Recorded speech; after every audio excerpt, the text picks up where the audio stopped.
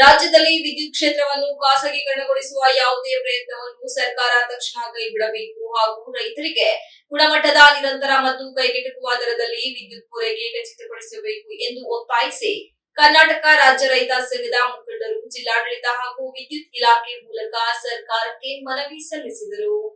ಜಿಲ್ಲಾಧಿಕಾರಿಗಳ ಕಚೇರಿಗೆ ಆಗಮಿಸಿದ ರೈತ ಸಂಘದ ಪದಾಧಿಕಾರಿಗಳು ವಿದ್ಯುತ್ ಕ್ಷೇತ್ರವು ಸಾರ್ವಜನಿಕ ಸೇವೆಯ ಪ್ರಮುಖ ಅಂಗವಾಗಿದ್ದು ಇದನ್ನು ಖಾಸಗೀಕರಣಗೊಳಿಸಿದರೆ ರೈತರು, ಸಾಮಾನ್ಯ ಗ್ರಾಹಕರು ಹಾಗೂ ವಿದ್ಯುತ್ ಇಲಾಖೆಯ ನೌಕರರು ಸಂಕಷ್ಟಕ್ಕೆ ಸಿಲುಕುವ ಸಾಧ್ಯತೆ ಇದೆ ಎಂದು ಆತಂಕ ವ್ಯಕ್ತಪಡಿಸಿದರು. ಖಾಸಗಿ ಸಂಸ್ಥೆಗಳ ಲಾಭದ ಉದ್ದೇಶದಿಂದ ವಿದ್ಯುತ್ ದರ ಏರಿಕೆಯಾಗುವ ಸಾಧ್ಯತೆ ಹೆಚ್ಚಿದ್ದು ಇದರಿಂದ ಕೃಷಿ ಚಟುವಟಿಕೆಗಳ ಮೇಲೂ ಪ್ರತಿಕೂಲ ಪರಿಣಾಮ ಉಂಟಾಗಲಿದೆ ಎಂದು ಹೇಳಿದರು. ರೈತರ ಪಂಪ್ಸೆಟ್ಗಳಿಗೆ ವಿದ್ಯುತ್ ಸಂಪರ್ಕ ಒದಗಿಸುವ ಸಂಬಂಧ ಇತ್ತೀಚೆಗೆ ಸರ್ಕಾರ ಹೊರಡಿಸಿರುವ ಆದೇಶವನ್ನು ತಕ್ಷಣ ಹಿಂಪಡೆಯಬೇಕೆಂದು ಆಗ್ರಹಿಸಿದ ಅವರು, ಹೊಸ ಆದೇಶದ ಪರಿಣಾಮ ರೈತರಿಗೆ ಹೆಚ್ಚುವರಿ ಆರ್ಥಿಕ ಹೊರೆ ಬೀಳಲಿದೆ ಎಂದು ತಿಳಿಸಿದರು. ಈ ಹಿಂದೆ ಜಾರಿಯಲ್ಲಿದ್ದ ವ್ಯವಸ್ಥೆಯಂತೆ ಟ್ರಾನ್ಸ್ಫಾರ್ಮರ್, ವಿದ್ಯುತ್ ಕಂಬ, ತಂತಿ ಸೇರಿದಂತೆ ಮೂಲ ಸೌಕರ್ಯಗಳ ವೆಚ್ಚವನ್ನು ಸರ್ಕಾರವೇ ಭರಿಸಬೇಕು. ರೈತರು ಕೃಷಿ ಉತ್ಪಾದನೆಗಾಗಿ ಈಗಾಗಲೇ ಹಲವು ಸಂಕಷ್ಟಗಳನ್ನು ಎದುರಿಸುತ್ತಿದ್ದು ಇಂತಹ ಹೆಚ್ಚುವರಿ ವೆಚ್ಚಗಳನ್ನು ಭರಿಸುವುದು ಸಾಧ್ಯವಿಲ್ಲ ಎಂದರು. ವಿದ್ಯುತ್ ಇಲಾಖೆಯ ನೌಕರರ ಹಿತಾಸಕ್ತಿಯನ್ನು ಕೂಡ ಸರ್ಕಾರ ಕಾಪಾಡಬೇಕು. ಖಾಸಗೀಕರಣದಿಂದ ನೌಕರರ ಉದ್ಯೋಗ ಭದ್ರತೆ ಹಾಗೂ ಸೇವಾ ಹಕ್ಕುಗಳಿಗೆ ಧಕ್ಕೆ ಉಂಟಾಗುವ ಸಾಧ್ಯತೆ ಇರುವುದರಿಂದ ಸರ್ಕಾರ ಈ ಬಗ್ಗೆ ಸೂಕ್ತ ಕ್ರಮ ಕೈಗೊಳ್ಳಬೇಕೆಂದು ಒತ್ತಾಯಿಸಿದರು.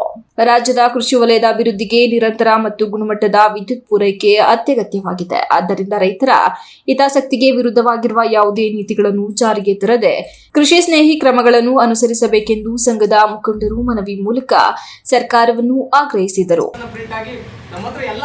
ಇವನ್ನ ಕೆಬಿ ಆಫೀಸ್ ಕೊಡ್ಬೇಕು, ಇಲ್ಲಾಂದ್ರೆ ಬೆಂಗಳೂರಿಗೆ ತಗೊಂಡು ಅಂತ ವ್ಯವಸ್ಥೆ ಇದೆ. ಯಾಕಂದ್ರೆ ನಾಳೆನೇ ಲಾಸ್ಟ್ ಡೇಟ್ ಇದೆ. ಇವತ್ತು ಯಾರ್ಯಾರಿಗೆ ಅರ್ಜಿ ಬಂದು ತಲುಪಿದೆ ದಯಮಾಡಿ ಅದನ್ನ ಸೈನ್ ಹಾಕಿ, ಡೇಟು, ನಿಮ್ಮ ಹೆಸರು, ಮೊಬೈಲ್ ನಂಬರು, ದಿನಾಂಕ ಹಾಕಿ ಅದಕ್ಕೆ RR ನಂಬರ್ ಅನ್ನ ಬರೆದು ಇಮಿಡಿಯೇಟ್ ಆಗಿ ಲೈಸೆನ್ಸ್ ಕೊಡ್ತಾರೋ ಇಲ್ಲ ನೀವೇ ತಗೊಂಡು ಕೊಡ್ತೀರೋ ಕೊಡಿ. ಯಾರ್ಯಾರು ಅದನ್ನ ತಲುಪಿಸ್ಬೇಕು. ನಾವು ಹೆಚ್ಚಿನ ಸಂಖ್ಯೆಗಳಲ್ಲಿ ಈ ಅರ್ಜಿಗಳು ಹೋದ್ರೆ ರಿಜೆಕ್ಟ್ ಆಗಂತ ಚಾನ್ಸ್ ಜಾಸ್ತಿ ಇದೆ.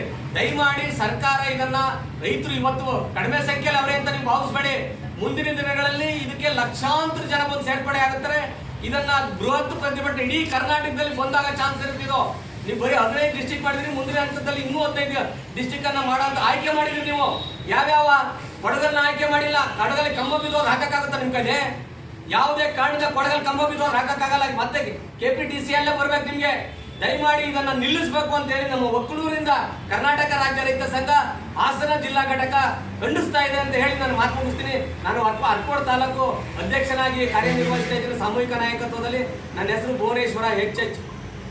ಈ ಸಂದರ್ಭದಲ್ಲಿ ರೈತ ಸಂಘದ ಜಿಲ್ಲಾ ವರಿಷ್ಠ ಕಣಗಾಲ್ ಮೂರ್ತಿ, ಭುವನೇಶ್, ಮಂಜು ಬಿಟ್ಟಗೌಡನಹಳ್ಳಿ, ಪಾಲಾಕ್ಷ, ಪಲ್ಲವಿ, ಶಿವರಾಜ್, ಶೇಷಣ್ಣ, ಪಾಪಣ್ಣ, ಉಮಾಪತಿ, ರಾಮೇಗೌಡ ಸೇರಿದಂತೆ ಸಂಘದ ಹಲವರು ಪದಾಧಿಕಾರಿಗಳು ಹಾಗೂ ಕಾರ್ಯಕರ್ತರು ಉಪಸ್ಥಿತರಿದ್ದರು. Srinivas, TV 46 news Kannada, Hassan. You are watching TV 46 News Kannada.